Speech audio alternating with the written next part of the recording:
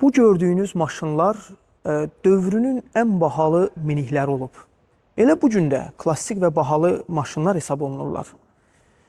Gözəl miniklər insana xoş gəlir, təbiidir. Çünki bu insana sevdirilmişdir. Bu miniklərin sahibi artıq bu dünyada yoxdur. O özü ilə bunların heç birini apara bilmədi. Apardığı yalnız əməllər oldu. Allah rəhmət eləsin. Bəs bugün bizlər öz miniyimizlə hansı salih, xeyirxah əməlləri edirik? Maşını olan bir insan Allah rızası üçün və cəmiyyətə faydalı olmaq məqsədi ilə bir çox savab və xeyir əməllər edə bilər. Təbii niyyət doğru olarsa, sadə görünən bir əməl, bir hərəkət belə axirət üçün böyük əcr qazandıra bilər.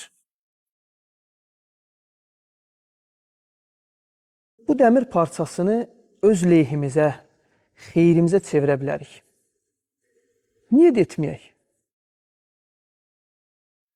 Məscidə gedib cəmaət namazları qılaq, miniyi olmayanları da aparaq, yolda miniksiz qalan şəxsi götürüb istədiyi yerə aparaq, maşınımızla işə gedərkən yol üstü avtobusla gedən qonşumuzu, yaşlını, məktəblini aparaq, qohumlara baş çəkək, xəstələr ziyarət edək, qurban ətlər paylaşaq, sədəqələr paylaşaq, kiminsə yükünü daşıyaq, səfərə çıxanları aeroporta, avtovağzala aparaq və s. və s.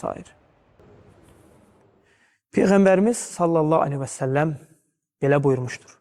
İnsanların ən xeyirlisi insanlara faydalı olandır. Ümid edirəm ki, faydalı oldu.